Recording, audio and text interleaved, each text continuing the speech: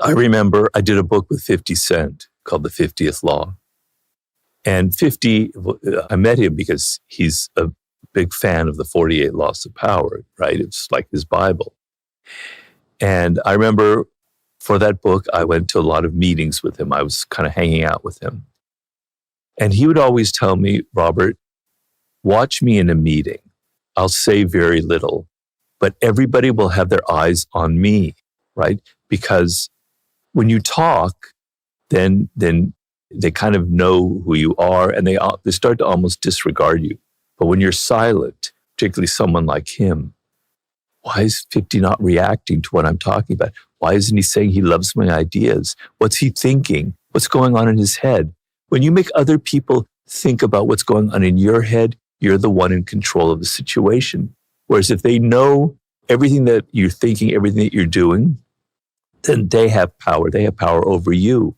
So I would see him in a meeting and he would sit there all quiet and everybody else would be freaking out. So to sum it up, it's an aura of power. You know, business is very matter of fact, but it's also pure psychology, right? You've got to understand the psychology behind power. And I don't know what you're thinking right now, Mark. It's appearances, right? You could be wearing a mask. You're smiling right now, but you're smiling. You might not really be smiling. You might be kind of uncomfortable. You may not like me or something like that. I don't know. You're wearing a mask. So power is about appearances. And there's weakness, things that show weakness. And in my book, The Laws of Human Nature, I talk about the kind of the weak body language, the weak signs that people can kind of feed off of you. They smell it. Then there are powerful things. And you want to create this aura of power, even though inside you might not feel so powerful or feel so comfortable or secure. But outwardly, you want to show this appearance that makes people think, wow, this guy, he's authority. I respect him. Talking less creates an aura of power. It makes you look larger than you actually are. It makes make people think he's mysterious. He or she's mysterious. When you talk a lot, I don't know if you've noticed this, but people who talk a lot, there's something insecure about them. If you can't control your own mouth, if you can't control that, then what can you control? You can't control your emotions. You can't control your behavior. It signals weakness and insecurity. Whereas talking less, you're not going to say something stupid. And then when you do speak, it's going to carry a lot of weight. So it seems like an unimportant law. Oh, always talk less than speak less than necessary. But it's actually extremely important to understand the psychology of what gives the appearance, the aura of power, and what doesn't. So are you basically recommending people that almost like transparency and authenticity is overrated? You should say less, be disciplined in nature, and every word that comes out of your mouth needs to be strategic in nature. I mean, down to the baseline of every human being, we're all actors. Some are good actors, some act more, some are bad actors. But I always tell people, if you look at children, 3 or 4 years old, or you remember your own childhood, you were constantly pretending, you were constantly acting to your parents. You would act like an angel to get something that you wanted. You'd act all sweet and innocent because you wanted some candy, you wanted some gain. Being an actor is part of human nature. It's deeply, deeply ingrained in all of us because we're a social animal. If you went around just speaking everything that you thought, you would offend everyone around you, right? If you told somebody that their clothes are ugly, that they look fat, that their ideas are stupid, they're going to hate you. You're not going to get very far in life. So you learn at an early age to control what you say, to control who you are, to control what you do. Think about your life, Mark. When you are interacting with Michael Jordan, you have a certain way of behaving around him, right? You're probably a little bit intimidated, probably don't speak as much, probably don't. But when you're around one of your other employees who just joined, you're completely different. You're acting. You're not the same person in front of Michael Jordan as you are in front of your 21-year-old new employee. That is acting. That's how we all are. We're different in front of our father than we are with our friends, right? So get over this notion that we can all just hang out and just be who we are. You're never being who you are. You're always acting to some degree. You're really touching on the formlessness law, which is really that malleability and adaptability based on a per situation perspective. Can somebody win in business and life if they're not malleable to the situation? Well, let me explain to you the idea a little bit behind formlessness first, okay? So a lot of that comes from Sun Tzu, very obviously. It's an Asian idea about being kind of water and being fluid in life. But it's also an idea that for me came very much from Machiavelli. And I've noticed this with a lot of business leaders. I noticed it when I was on the board of directors of American Apparel and with the CEO, Dov Charney. And what Machiavelli talks about is people rise to power. They become a CEO, they become a leader, they become a president or whatever, based on certain qualities that they have, a strength. It could be aggression. It could be being a people pleaser, being just very empathetic. It could be having a populist touch. It could be good with words, an orator. That's their strength. They use that and they get a lot of power because they're good at it. They don't have to think about it. It's almost natural to them. They get to a position of power, and now the times are changing because things are always changing, particularly nowadays, where things change month by month, right? Trends are changing. Young people are coming up. Tastes are changing.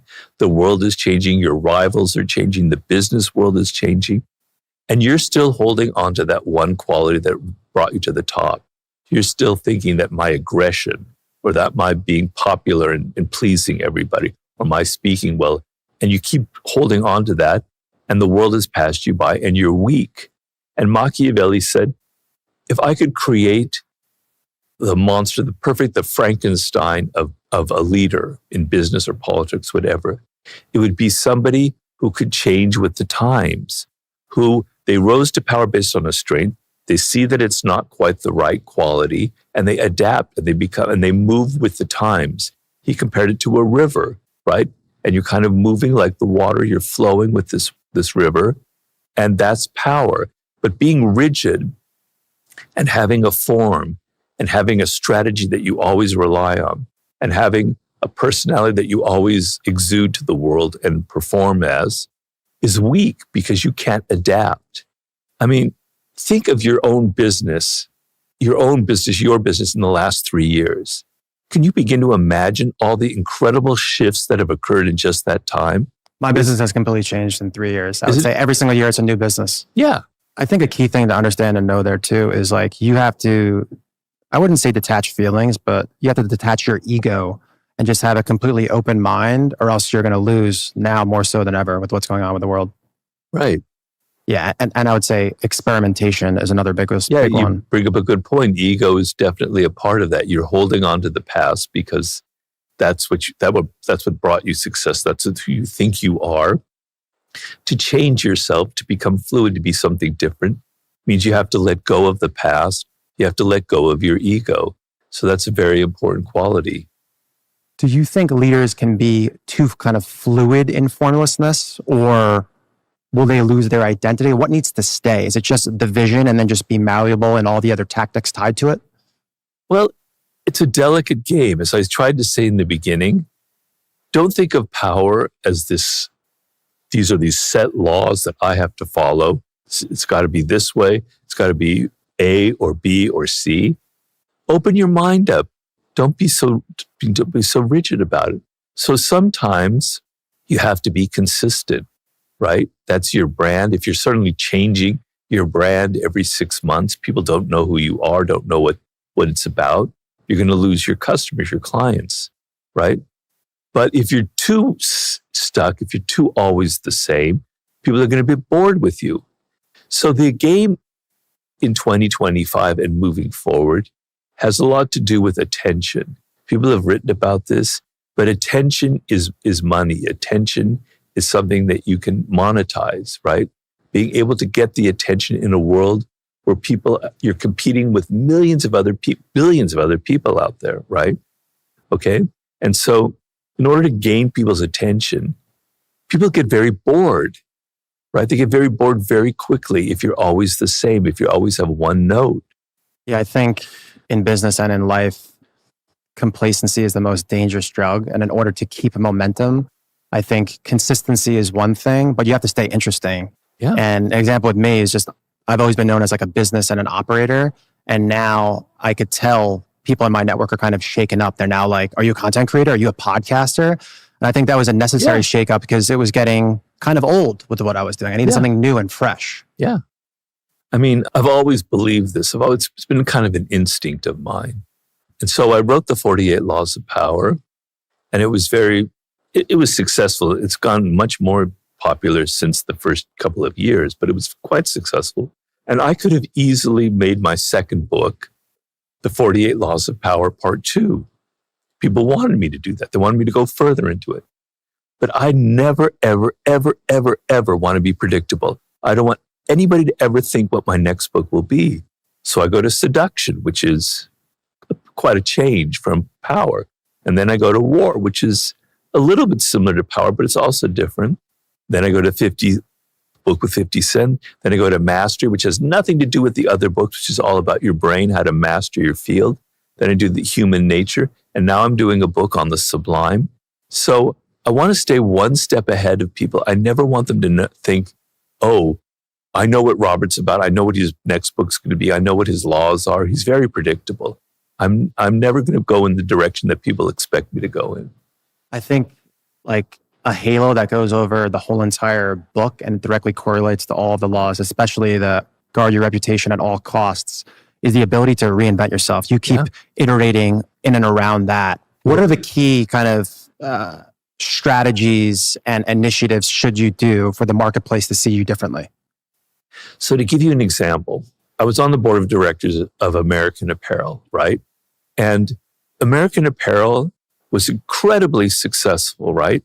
Up until the turning point was the year 2007, when we went public and we had to assume massive amounts of debt. And then there was the crash in 2008. And suddenly our debt was crushing, right? And we never recovered from it. But the point I'm getting at is Dove created a brand that was all based on the early 80s and the mid 80s, kind of sexy, tight clothes, kind of the workout, the Jane Fonda mentality. He was a child of the 80s. He was sort of stuck in that era. And it worked. It was brilliant. People loved it. But I could already sense in the year 2009, this was a company that was mostly selling to young girls, to young women. Their tastes were changing. That kind of sexy look and whole approach, it was starting to become passé. And I was telling Dove, you've got to shift it a little bit. You've got to shift with the times. Things are changing right now. People aren't so much looking into the early 80s. They're thinking it differently. Let's come up with a different line of clothing, or let's reflect that more. Now, I'm not saying I knew exactly the answer, but my point to him was, I think you're in the danger of becoming passé. The worst thing that can happen to anybody in business, that suddenly the public perceives you as being 2 or 3 or 5 years behind the times. That's deadly. It's okay to appear 50 years behind the times. That's nostalgic. That's interesting. But 4 or 5 years behind the time, that's deadly. That's the kind of strategic thinking I'm talking about. All right? Where you've got a brand, you're known for a certain thing, and times are changing. Maybe you have to shift that, knowing how times are going. I mean, we could talk about people like Elon Musk, who's got a very powerful image, consistent brand for who he is, right? But then sometimes it can get predictable. It can get like, he's always in your face. He's always, he takes boldness to the nth degree. So maybe somebody like that, if he shifted a little bit, and sometimes I've seen signs of that potentiality, and he showed a little slightly different side to him, I think it would help him a lot, because right now he seems powerful, but he's also getting a little bit predictable, and maybe his public image, I think, is going to suffer from that. Yeah, I feel like it's just as simple as just showing like his softer side and his family. And I completely agree. He's very stiff and hard and against what's going on with the current regime. It would take something very small to, I think, completely shift the complete public perception. Yeah. Going deeper into that, is there a world where you can actually chase too much attention? Is it about just getting as much attention as possible? Well, yeah. I mean, I don't want to keep name dropping here, so please excuse me. But I was approached by a well-known female rapper, Saweetie. Okay, and That's a good name drop. I like that. okay, and she asked me, Robert, you have some of the laws that are about mystery, appearing mysterious, creating an aura of mystery, using absence to create honor and respect. How do you do that in the era of social media, where it's all about grabbing as much attention as possible? How can you withdraw? How can you be mysterious? And I said, well, look, people are very bored right now. They're like children who've been continually stimulated with all kinds of new and exciting new toys, right? And you're vying for their attention, okay? If you're always the same, if you're always doing the same, if you're always appearing the same, they're going to get bored with you and they're going to look for something else. So you have to be mysterious. You have to withdraw. If you withdraw and you're not always vying for their attention, you disappear for a month. You don't post anything, or you post something that's maybe a little bit enigmatic where they're not quite sure what you mean. Suddenly they're going to pay attention to you. I talk about this about certain musicians, like Michael Jackson was very good about that. Part of it was his personality, but he would withdraw. People don't understand Michael Jackson was a real kind of power person. He really is interested in the game of power. In fact, I've said this before in other podcasts, he had the 48 Laws of Power. And when he died, they auctioned his copy of the book. And it had all of these notes in it. He'd annotated it completely with his own notes. So he was very interested. But before the book came out, he understood the game of power. And he understood sometimes you have to withdraw. Sometimes you have to be one of those movie stars like Greta Garbo who disappears for 6 months, a year, or 2 years. People start thinking, what's he up to next? When's his next album going to be out? What's it going to be about? Even Beyonce plays the game like that. So the people, these are artists, so it's a little easier. But the game is to sometimes withdraw from that attention cycle. We are always having to be something for other people.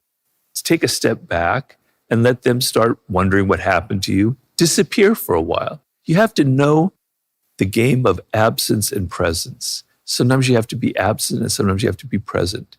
Napoleon Bonaparte said, if I show up at the theater every evening as a spectator, the audience sees me, they start taking me for granted. But if I show up a month later, they go, oh, there's Napoleon, wow. Then I show up the next week, oh, he's coming off. And then I show up in 6 months. They don't know when I'm going to show up next. So they're always having to think about him. So that's sort of the game a little bit, knowing how to, this dynamic between absence and presence. Yeah, I completely agree with that, with increasing the honor through the absence. Putting aside kind of being strategic and when you come and go, at general face value, do you think it's better to be attacked and slandered or ignored completely? Better to be attacked and slandered. Better to be attacked and slandered. Definitely. So you're under the notion of any press is good press in that sense. Definitely. Oh, for sure. For sure. I mean, look, the 48 Laws of Power, when it came out, was very controversial because honestly, it's got an edge to it, a moral edge.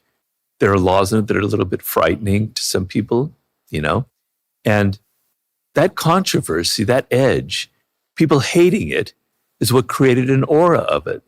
So controversy, now scandal is something else because that could play against you, particularly if it's a scandal for a certain thing, for what, certain subjects, certain scandalous acts.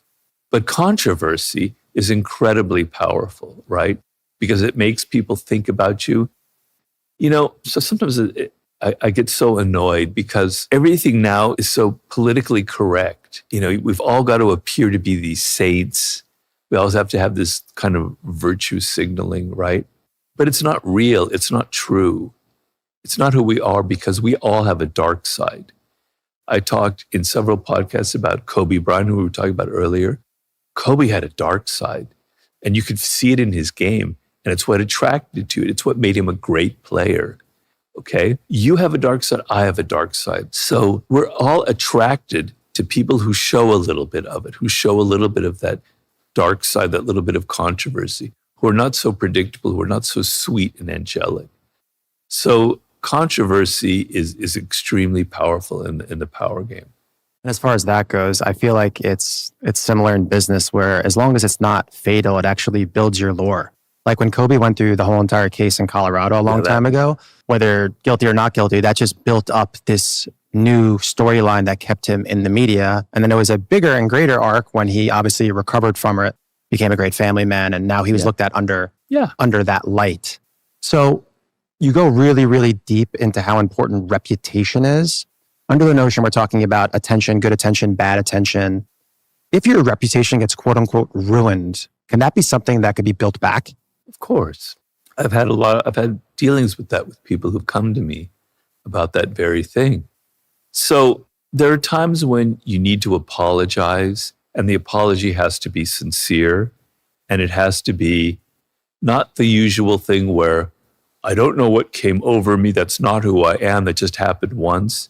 No, you acknowledge that you made a mistake, right? That you did something wrong, and you show genuine contrition. And then, a lot of people who were canceled 6 years ago, that's when they were contacting me, or 8 years ago. And I said, show that you're contrition, understand why people reacted against you, give it a little bit of time, and then come back with more or less the same image, but, understanding there are kind of guardrails here. I thought, for instance, watching Jimmy Kimmel last night and his monologue, that's not quite the same thing because it was just like 4 days or so that he was canceled. And it was a scandal, but it wasn't like a huge scandal. But I thought how he handled it was really, really good. He was apologetic. He understood why it was taken the wrong way, but he wasn't this craven coward who was just saying, oh, I'm so sorry for everything I did. I'm not going to behave like that anymore. Because that doesn't seem authentic. That doesn't seem genuine. And he positions himself with strength that he apologized, but at the same time, this is who I am. I'm not going to change for the But he also acknowledged the wife of Charlie Kirk, and he said that she did it very gracefully. He said, it's terrible that this young man was murdered. And his own wife, forgave the assassin. Incredible thing. He acknowledged that. And yet at the same time, he then was being more or less himself. He wasn't going to change who he was. That was a very powerful way of handling that kind of scandal. In relation to reputation, in 2025, do you think reputation is more important than capital? Reputation is capital. So to give you an example, I look at Elon Musk, for instance, okay? And I look at the early years of Tesla. Now, anybody who studies the manufacture of automobile business knows that to start a new automobile company is extremely precarious. The amount of capital that you need to start up with the factories, with the overhead, with the materials, from getting parts from all over the world is enormous. It's why nobody starts from scratch an automobile company, which he did, okay? Now, his cars were well built, they were interesting, but what he did was his reputation, his boldness, he was on Twitter at the time saying all of these different things. He was always in the news with very bold pronouncements. People loved him. This is before his more recent iteration. They were excited about him. His reputation meant people would now, when he went public, people were investing in it based on his reputation. Not based on Tesla, not based on the actual cars that he was producing, not based on knowledge of the business, of the finance of Tesla, which was actually in the hole, which was actually deeply in debt, based on his reputation as a maverick, as somebody inventive, as somebody who was interesting and innovative, a true pioneer spirit. Money poured in, investment money poured in to the publicly traded company, which then turned into capital that he could now use to build this company and build the cars. His reputation in that case was capital. I think in his case too, it was reputation combined with attention, his ability to garner the attention in conjunction with his reputation is what did it for him. Guys, quick 60-second break. I am so excited to announce our first partnership. It is the perfect fit for me and what I believe in, and more importantly, you, the audience. I have personally spent tens of millions of dollars on meta ads. At one point, it made up 95% of my entire marketing budget. That kind of platform dependency is a real risk. One algorithm shift and your whole entire business can stall. This is why I partnered with Universal Ads, the CTV ad platform powered by the biggest names in TV, built for any size business. In under 5 minutes, you can advertise across the best shows on NBC, Paramount, Roku, and more. You can reach up to 90% of the households in the US at social media CPMs. And the platform gives you full control. You can target by viewership, behavior, income, geography, custom audiences, and more. Just like you guys are used to seeing on social. I'm giving out $500 in ad credits with my referral code to the first 50 people who fill out the form below. First come, first serve. It's going to go fast. And if you're spending over $300K a month on paid, I have something special for you. Everything's in the description below. Go diversify now and appreciate the support. What is the right way to package wins so the people above you feel ownership instead of feeling threatened? You mean never outshine the master? Yes, sir. So it says never outshine the master. Maybe it should be usually don't outshine the master, but that wouldn't have sounded so good. So you have to understand that the person above you has an ego and has probably a bigger ego than you do, obviously, because they're powerful. But with an ego comes insecurities, okay? So you must be aware that the person above you has insecurities and probably has more than you do because they're constantly worried.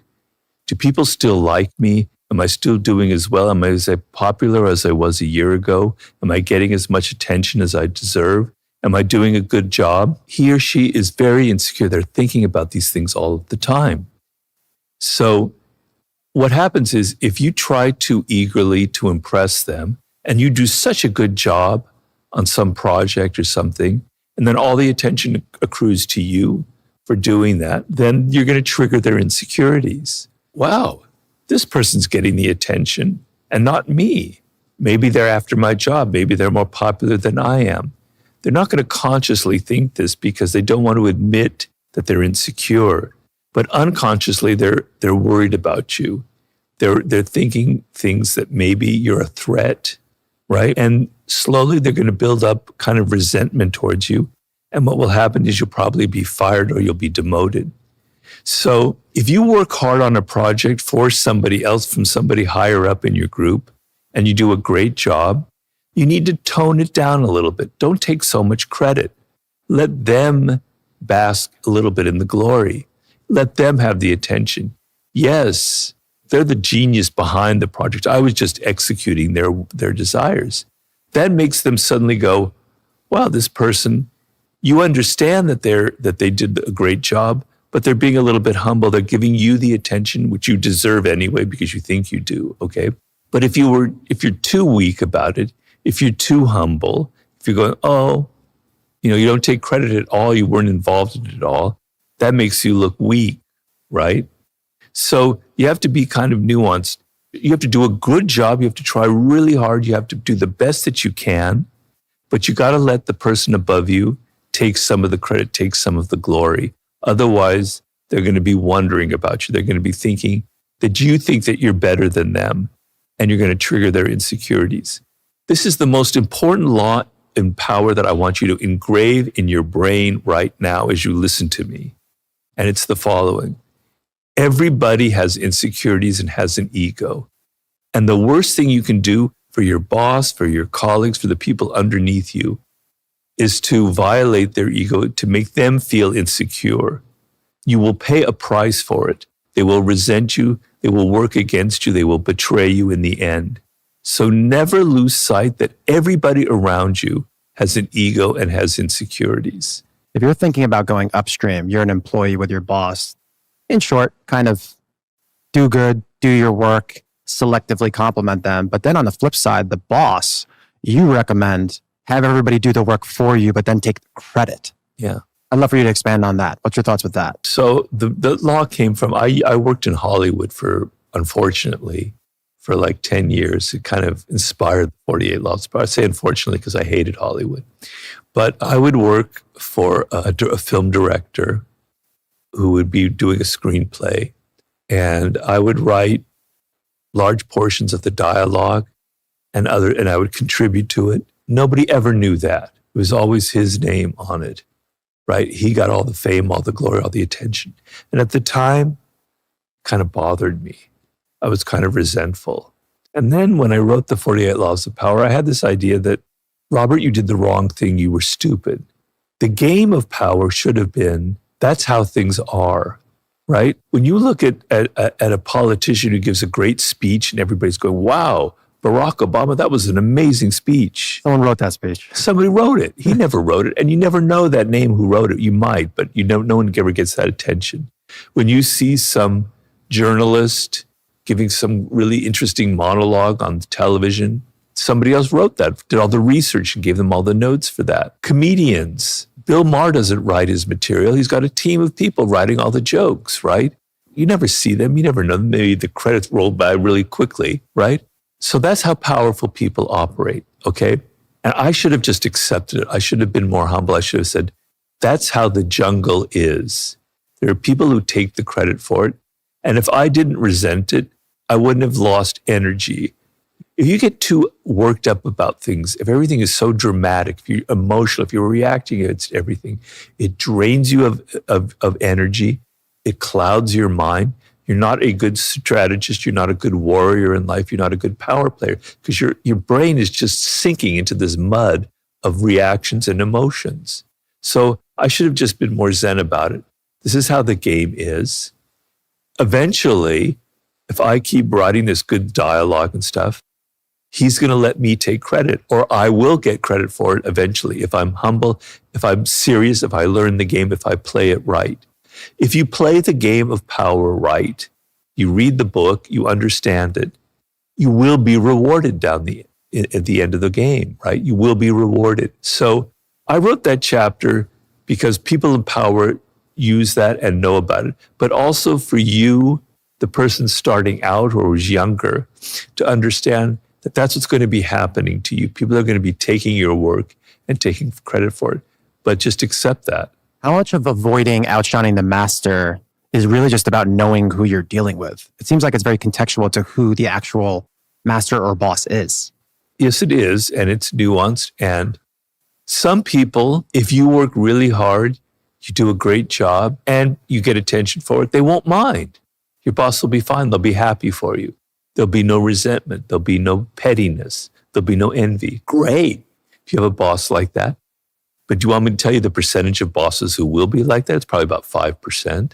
Okay? I'm just throwing that number up. That's what I think, right? But if that's who your boss is, fantastic. Wunderbar. Love it. Go for it. But the chances are that they're probably not. So law number one is understand that probably they're insecure. Probably you're going to trigger their egos and be a little bit careful.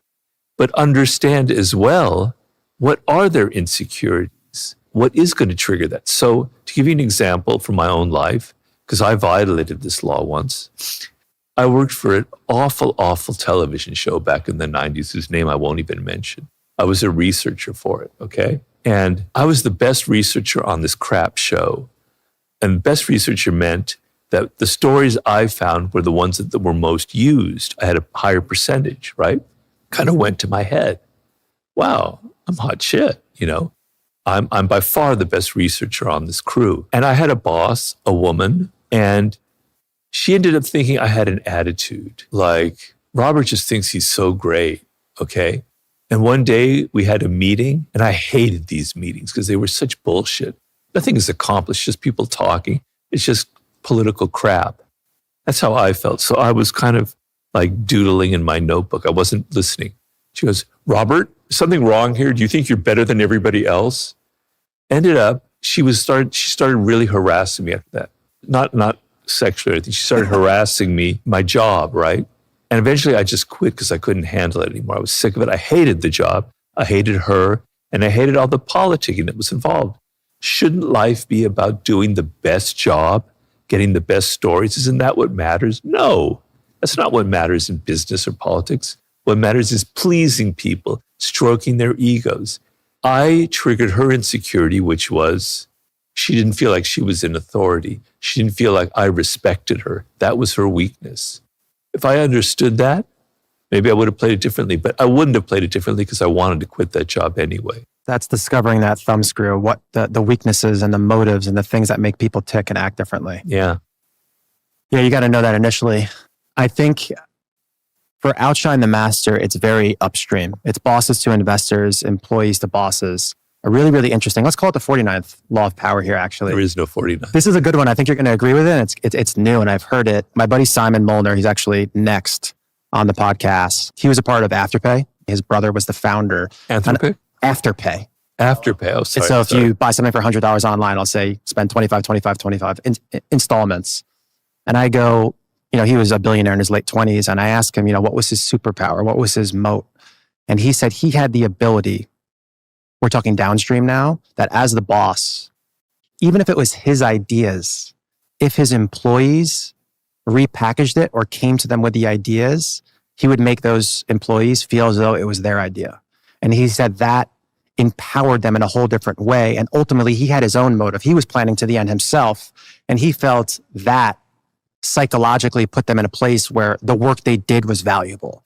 I had never heard anything like that. I thought it was absolutely brilliant. And it's kind of a riff on Outshine the Master upstream. This is kind of downstream. Well, I'm all fine for people who do it differently from my laws, because as I said, no law is set in stone, and sometimes you need to do the opposite.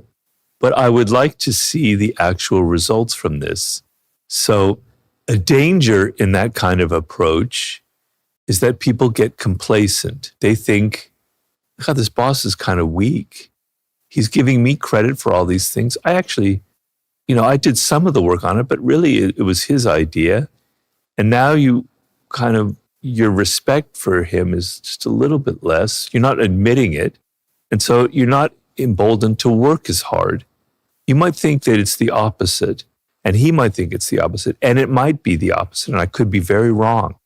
But it could also be that people think, I don't have to do very much to get his approval. Whereas if it's the opposite, and he takes most of the credit, but you get a little bit of it, that little bit of it makes you feel good, and it makes you want to try harder the next time. I feel like you almost have to be nice, but not too nice. That's kind of where you're at. That's what I believe. Now, you're this man for Afterpay.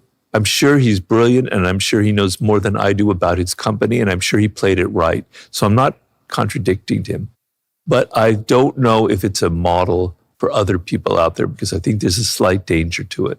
We'll make sure we ask him on the next podcast. Yeah. I want to go off to Law 40, despise the free lunch. That's one of my favorites. Yeah. My friends call me Barter Simpson. I've talked about it before. I barter a lot of things and do free both ways. It's something that I need to stop. So I guess let's just start with, why is free so often the most expensive mistake in business? Well, I tell you, a lot of times, so people often want to work for me. They offer their services. They say, Robert, you don't need to pay me. Okay, I'll work for free. All right. And the idea is nothing ever comes free in this world. Nobody ever gives you something free. Now, there is an exception to that. Your mother probably loved you, not always probably loved you, not expecting anything in return, but usually, even mothers do expect something in return. So even their love is not often totally free. But nobody gives you anything for free. They're wanting something in return. And it's a trick where they're thinking that if they offer their services for free, you're going to go, okay, that's great. And you're not going to pay attention to the fact that they're after something else from you, right? And so it's always better to pay people and pay them well for their services. So if you're generous with your money, if you show that you're not niggly, a powerful person feels confident in their wealth, feels confident in their resources, feel confident in the time that they have. And so they give that generously to other people. Being tight with your money, not wanting to pay your employees well, is a terrible, terrible quality, and it will bite you in the end. So I always tell you, maybe you don't give them credit for everything. Maybe you keep them a little bit on their toes, but you pay them well, right? You treat them well. They feel comfortable. They have food. They have an apartment. They have living expenses, okay? And you don't want to make them feel insecure about that. So being cheap with your money is very, very dangerous. It's a signal of weakness, okay? But on the other hand, when people are offering their services, they come to you saying, I want it for free. I say, forget about that. There's a ploy there. They're after something. But if somebody comes to you and says, Robert, I really want to work for you. I think I could be a really great researcher. And this is what I'm worth. And then you see that they have some experience and you try them out and you pay them. That's going to be a good relationship moving forward, right? In short, you need skin in the game for team building, for partnerships, Yeah. for anything. Yeah. That's a good way of putting it. I'm going to remember that. Does it ever make sense to give away something free strategically or never? Give me an example. You're a brand owner and you believe in your product so much. And let's just say you're a mass market product. You say, hey, I'm going to give you this t-shirt for free. Oh, well, people are doing that all the time. That's a brilliant marketing tool. Yeah. So is this more from a human perspective? Because humans ultimately at the core have a dark side per what you said versus a business strategy or a product, which obviously the product has no. Well, if you're the buyer of the product, you should be a little bit wary that they're giving it to you for free because they're going to come after you now. I give you my book for free. Maybe I'm after something. Maybe I'm after you being kind of gentle with me and having a good interview. So you have to be a little bit wary of that free gift. Guys, Robert gave me a beautiful limited edition 48 Laws of Power where you flick the pages. It's his face on one. What was the other face? Machiavelli, was it? Machiavelli. Machiavelli is beautiful. I'm gonna post that on the internet and give some distribution and You see? hopefully sell you some books. Well, it's already... You don't need to sell any books, but I'm just saying. Okay. I want to go into another law in conjunction with despise the free lunch. When asking for help, appealing to self-interest, never to mercy. What is kind of the biggest lesson for power behind that? Well, if you want something from somebody who's powerful, let's say you want them to fund your movie or whatever, you go to them and you go, I kind of helped you out a little bit in the past once before, or my brother worked for you and did a really great job. Can I get some help now for my project? Almost saying you deserve it because you did something for them in the past. Terrible, terrible approach. Terrible, the worst approach. Nobody wants to feel like they owe you anything, all right? And nobody really feels much gratitude. But the smart approach is you want funding for that movie or for a project.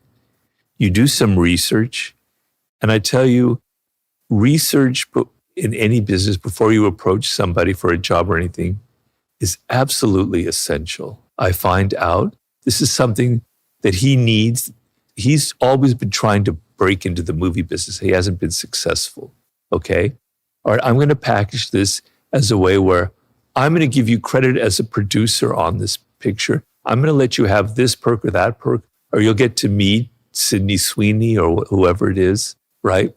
Whatever their self-interest is, whatever they need, whatever they don't have, if you think of what they need, what their interests are, what they lack, then you've got a good proposal. I'll tell you, when you're in a position of weakness, you're starting out and you're approaching powerful people, okay?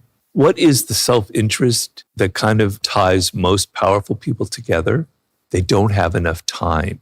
They are too busy. We all know that. You know that. I know what that's like. Too many things going on. Too many people asking for favors. Too many projects. Too many things going on. Never have enough time. If you, in your proposal, and you're asking for them to do something for you, if what you're offering is to save them time, to make it so it's not so exhausting, you can organize something for them, that'll have a lot of power. That'll have a lot of impact because that's in everybody's self-interest today. I would say save time and attention. Those are the two kind of biggest things that people want. And what's really interesting about what you just said, when you are going and appealing to somebody's self-interest, as the asker, you have the ability to control the unit economics where your ask could be pennies on the dollar for what I actually want. Case in point, an example is, you mentioned that I want to be in a movie. You want $2 million from me? I could say, I've always wanted to be an author. Robert, I'm a huge fan. Why don't you let me write the forward? What's the reality? How much does the forward cost? It costs you nothing. It's obviously real estate in your book. I have no economic participation, but I'm making no money. You're getting your $2 million. So you can really arbitrage making money through being super strategic in the favor. Tap into, I always say all the time that you have to understand and know like your bullets in the chamber. You know, you're a basketball fan. Who do I know that's a basketball player that I can introduce you to? Yeah. Stuff like that. That's my weakness. If you wanted me to give it, you had some ask from me and you said, Robert, I can introduce you to Kobe Bryant when he was still alive or whomever. I'd be eating out of your hand. I'd be like a little puppy. I just have to stop you guys right now. Guys, the first 20 minutes we were off camera just geeking out about basketball. Yeah. We need to get you on camera another time just talking about that. You need to go on like Colin Cowherd or something. You're very, very deep in basketball. Yeah. I don't have like a detailed knowledge of basketball, but I have a very strategic knowledge of basketball. I have a feel for it. You understand macro strategy and you knew the standings. I mean, you know what's going on. Yeah, I do. Very much so. I don't waste a lot of my time because I have so much work. But the one thing I waste time on is reading about the NBA on all various websites, you know, particularly all the rumors about the Lakers and everything. I'm just a total junkie for that kind of stuff. We have to get it on camera. Prediction for the Lakers next year.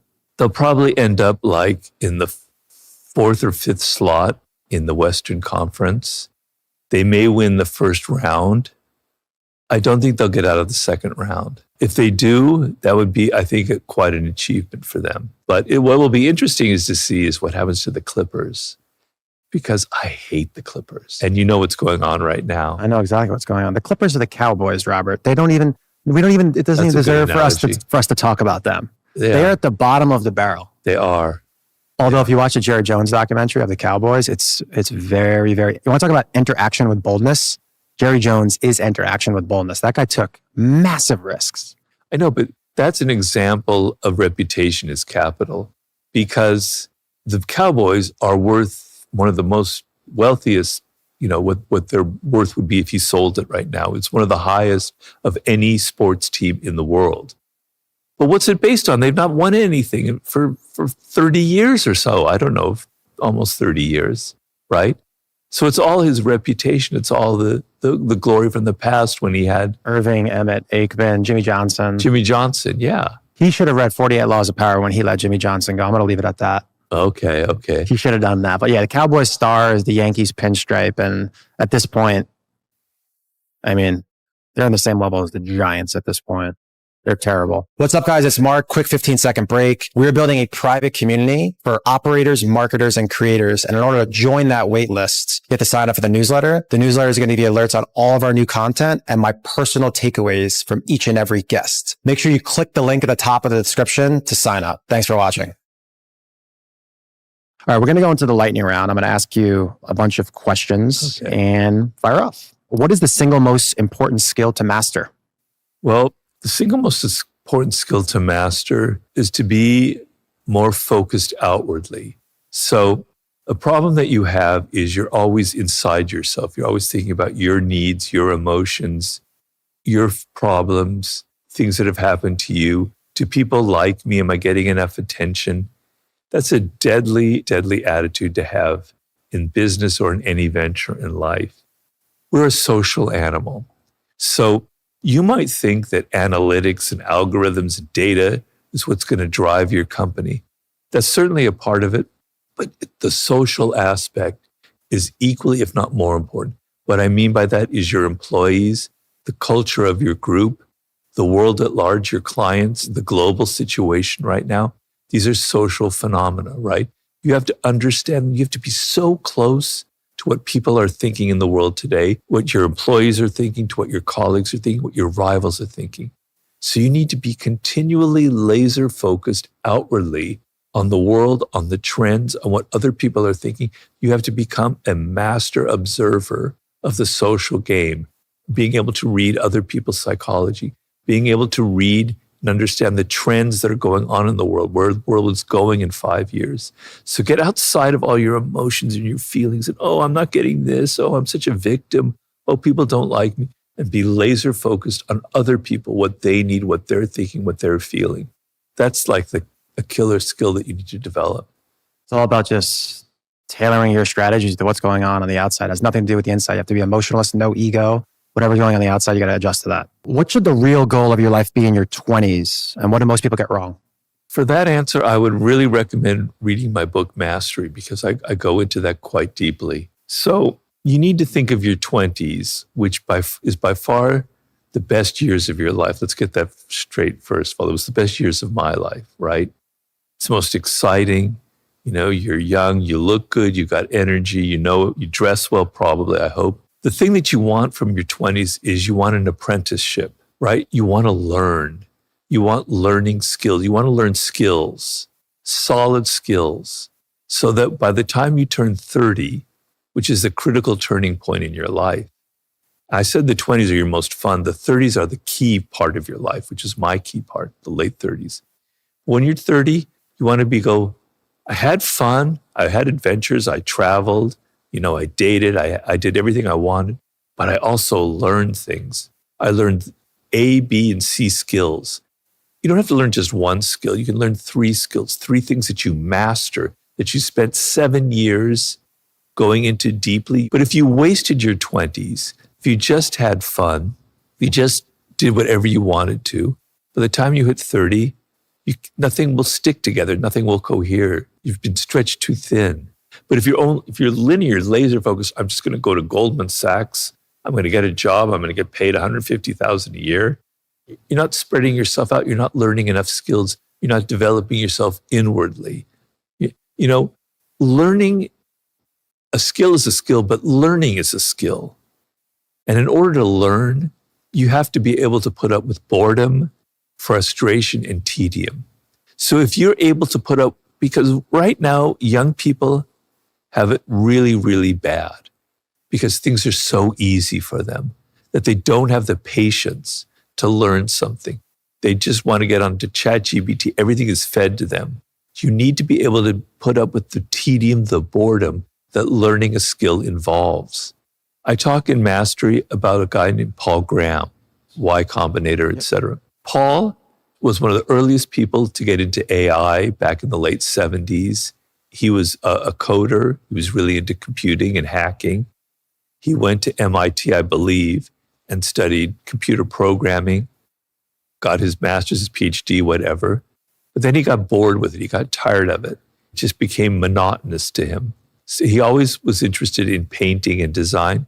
So he left New York and he went to Italy and he enrolled in an art school and he learned painting in Florence for like a year. He came back to New York. He was a painter in a loft and he heard on the radio that Netscape, which was the newest hot thing, was going to try and maybe use the internet to sell things. Now you might laugh at that, but at the early days of the internet, people didn't sell things on the internet, right? It wasn't a marketplace. And light bulb goes on his head, goes, I like painting, but I'm poor. I'm living in this loft. I have no money, but I know computer programming. I have a great feel for it, but I also know about painting. I know about design and I know what looks good. I have the skill set to make an incredible website, which will be the first website where you can actually build something and sell products for other businesses to build off of, right? He went and did that. And then I think it was Yahoo or somebody like that bought his company out for like $10 million. And that was the start of things. From that, he built always upward.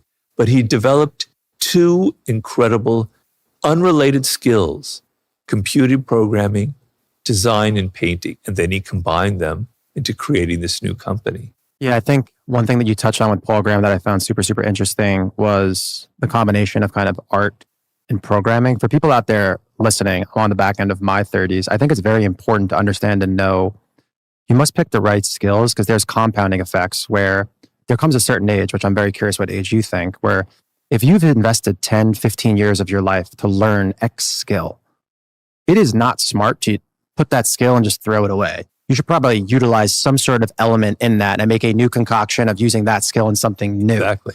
When is that age? When do you think someone, it's kind of counterintuitive to the Gary V where you could start your life at 60, 70, 80 years old.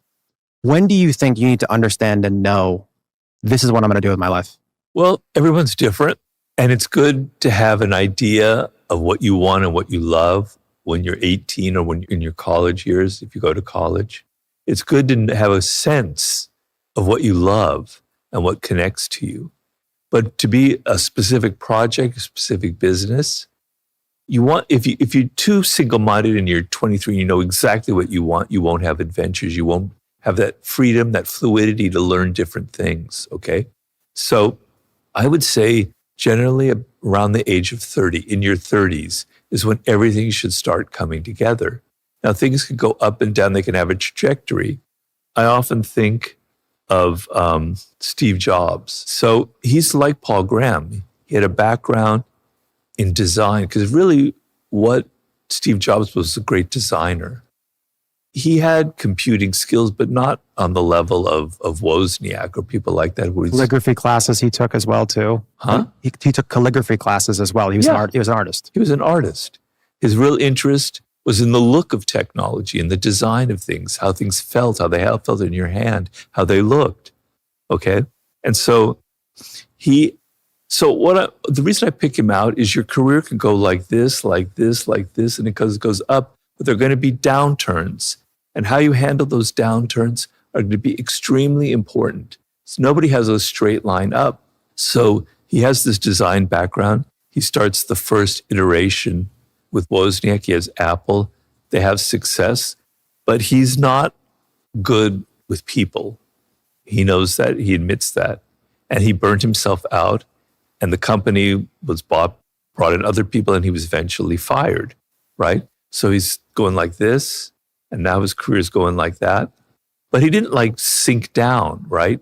He kept at it. He started another company called Next, which was actually a very interesting company if you look at the computers he was making. But it failed. It was a failure, okay? So it's like this, it's going down, it's going a little bit up, now it's going down again. And then he's brought back to Apple because Apple isn't doing so well back in, I believe, the late 90s. He learned all of these lessons in the meantime. He's in his 30s then? Probably late 30s. Late 30s, okay. He's learned all these lessons. He's learned that he can't be an asshole anymore like he was early on. He learned what failed at Apple, why Next failed. He was set up for a brilliant, brilliant comeback, okay? So I guess the point I'm saying is, your career is never going to be straight up. If it's straight up, you're in trouble. Your failures, if you're bold and you try things and it fails, you've learned lessons. Don't let it sink you. Let it be a lesson for your next project and have another iteration and go in a slightly different direction, as he did. He realized he couldn't start his own company, so he went back to Apple, but he completely revolutionized it and made it according to his own image. I want to fire a couple more questions. You said money isn't just money. What do you mean by that? Well, I mean, what is money? I mean, think of it. It's a human invention that we have created. Now, why do I say that?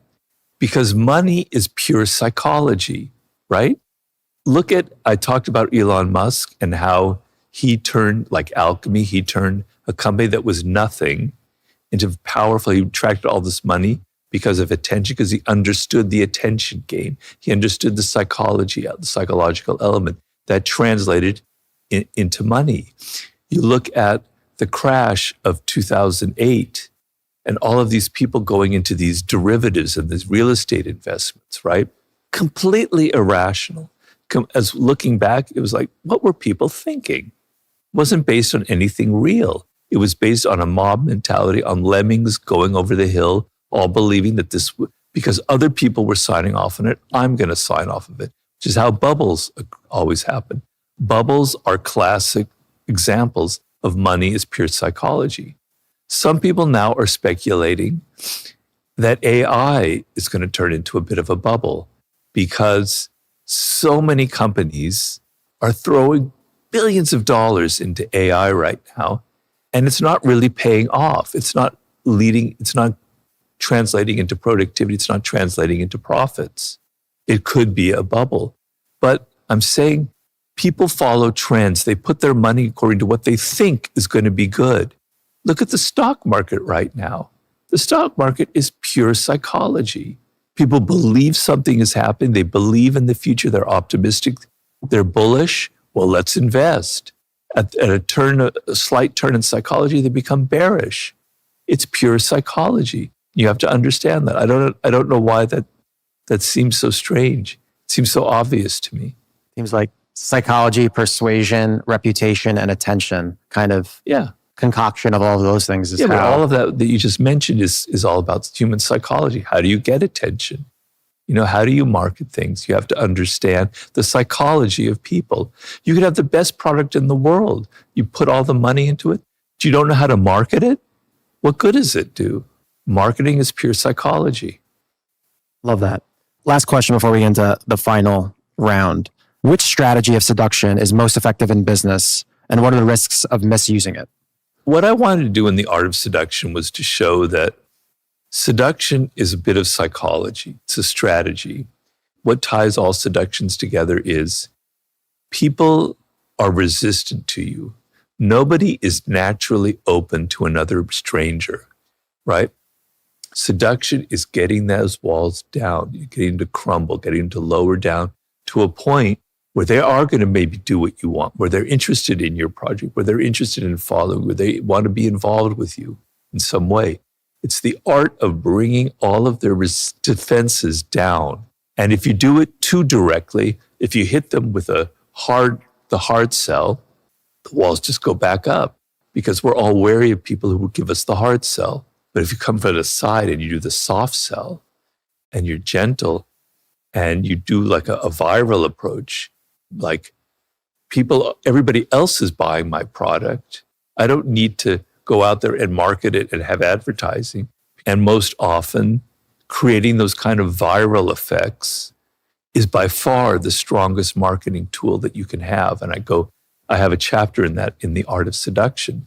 So you have to understand that people don't naturally want to buy your product. They don't want to listen to your music. They don't want to read your books. They're not interested in you. How do you seduce them into doing that is the name of the game. It's a book on marketing. All right, last 3 questions we got here. I've had an amazing time. Favorite book or podcast and why? Oh, God. All right, Machiavelli's The Prince. And my favorite podcast? Well, I can tell you the most fun I've had on a podcast that I've been on. I don't watch a lot of podcasts because I'm way too busy. But I had the best time on Theo Vaughn's podcast, and he's so much fun to watch. That was a loose one? You guys got loose? Very much so. And we'll pop that up here. I can always watch him because he's really interesting. He's somebody who's very unpredictable. You never know exactly where he's going to come from. And that's what makes him such a great interviewer. And so if you're out there, Theo, I really enjoyed your podcast. Love that. Entrepreneur or brand that you want to give flowers to and why? Oh boy, that's a tough one. I mean, I'm really into health and fitness. Obviously, I had a stroke, so it's even a little bit more urgent from me. So there's some companies out there, some startups that have done really well. So I'm thinking of a company called Momentous. Great supplement company. Great supplement company. And I'll tell you what the most important skill is in the business world. We talked about it earlier, but there's something else, which is everything now is so inhuman. You can never talk to anybody over the phone or wherever, say you're dissatisfied with their product or something went wrong, right? They put you through this maze like a rat so that you hang up, so that you never get to have to talk to a human being. Everything has to be online. There's no feedback. There's no relationship between the client and the product, people selling the product. And we all feel so frustrated with it. Everybody's dealt with that. Everybody hates it. Sometimes you just want to talk to somebody, you want to hear them. Companies that give you feedback, that are open to interacting with you. Yeah, it costs money. Yeah, instead of farming it out to some people in Pakistan who are on a phone bank answering you, it's actually somebody in Texas on a phone you can understand, who's telling you, how they can write it. Well, Momentous is that kind of company. Great products, really well managed, really well put together, some of the best supplements that you can find, and they're friendly. They're open to you. They interact with you. I'd send some flowers to them. From an ethics perspective too, for people listening, I forgot what the stack was. It was the boost your testosterone. It was Tongat Ali and something else. They were doing $3, $4, $5 million on one of these products. Their customers loved it. Who's this? Momentous. Oh, And they took the product off the shelf because they couldn't get behind the science on it. So they had a product that was absolutely booming. Their customers loved it, and they took it off the shelf. So that's an excellent sign. Yeah, they've got a conscience. They're smart. They're strategic. They understand, and I think they've got a great future. why don't you tell us a little bit about your next book, Sublime? We're hoping that you finish by the end of the year. It's fourth quarter for Robert, guys. He's got one more chapter left to go. He's staying with us for a couple hours now. I appreciate this. Tell everybody about your next book, Sublime. I'd say that means that's the fourth quarter with about like 7.5 minutes to go. And I'm driving towards the end zone. And hopefully I don't fumble. This is a non-business book. Let's be honest with it. But there is the chapter I just wrote has something to do with the business world. The chapter I just wrote is about willpower and resilience and how important that is to be able to deal with pain, suffering, and adversity and challenges, and how that makes you stronger and a better person, and how that is a sublime power in the human animal, to be so resilient where nothing can beat you down, where you allow yourself to feel the pain and you grow from it. Because people nowadays are so avoidant of any kind of conflict, of any kind of difficulty. So that chapter, I think, will have a lot of relevance to entrepreneurs. But in general, I hate to use the word, but it's a little bit more of a spiritual book in that 7 years ago now, I came this close to dying. I had a stroke. I was driving my car in Los Angeles. My wife had me pull over. I didn't want to pull over. I was going to keep driving. She forced it, and she called an ambulance. She saw my face. The right side of my face was just like falling. Something was really wrong with me. I didn't know. I was like, everything's fine. In that split second where she didn't panic and she called 911, she saved my life. She basically saved my life. And they came quickly. And so I came this close to dying or this close to being brain dead. Now, that can have a deep effect on a person. And I had always been meaning to write a book on the sublime. And what I mean by the sublime is, I like to compare it to a circle.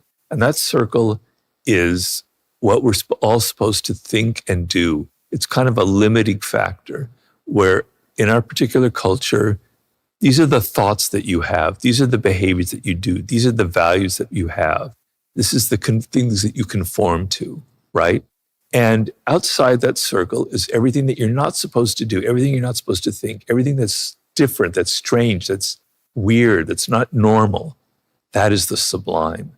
And I'm trying to lure you outside of the circle in these 12 different directions to experience something beyond your normal limits, beyond your normal boundaries, that's going to shake your brain up and make you realize that the world you thought was this way is actually this way.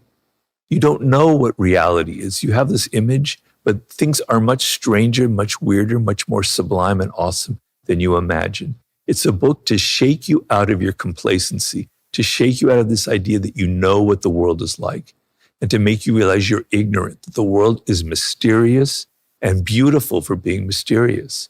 So each chapter is outside that. And the ultimate chapter, the 12th chapter, the one I'm writing now, is about death. It's about death is sort of the ultimate limit that we all face. But to be able to experience it, to understand what may lie on the other side, what it is the ultimate sublime experience, right? Because we don't know. Nobody knows what happens to us after we die. Yeah, we think we just decay, we just die in the ground. But people have these called near-death experiences. They're very strange, they're very weird. What happens to our consciousness as we die? And so, because I lived through that, it's not like an intellectual thing to me. I lived with death being inside my body, with me feeling a creeping sensation of everything decaying and softening inside. I have a different relationship to death than most people do. So I want to communicate that in the last chapter. So that's sort of what my new book is about. That was an amazing trailer for your next book. Is the sublime, is that your last dance? Is the last book? Well, if I don't have a heart attack or something, there'll be other books. But I can tell you this, I'm in my 60s. I'm actually in the latter half of my 60s, if you can believe it. I don't have the energy that I used to have. I'm slowing down. And the other thing is I can't type. My left hand is pretty useless. So I have to handwrite everything. Wow. I used to take long walks or go for these long swims or go mountain biking to get my mind off my work and to stir up new ideas. Can't do any of that. I'm just trapped in my room. It's been so exhausting to write this book like that. I can't do it anymore. So my next book is going to be quicker and smaller and slimmer and easier. I know I keep saying that every time, but I have to this. I just can't handle it anymore. The stress. I have one more question for you that is kind of a cliche question. I've never asked it. I've never wanted to ask it, but with you specifically, I'm just deeply curious. What would Robert Greene tell his younger self? What's the advice that you would give yourself? I feel like you have a lot of wisdom and you've lived multiple lives and recreated yourself. Well, I would say, Robert, don't worry. Everything's going to work out for the best. You're doing the right thing. So my philosophy in life, if I had to say I have one philosophy, it's called amor fati, which is Latin for love of fate. And what that means is everything happens for a reason. Even the bad things that happen to you have a purpose to them if you know how to handle it.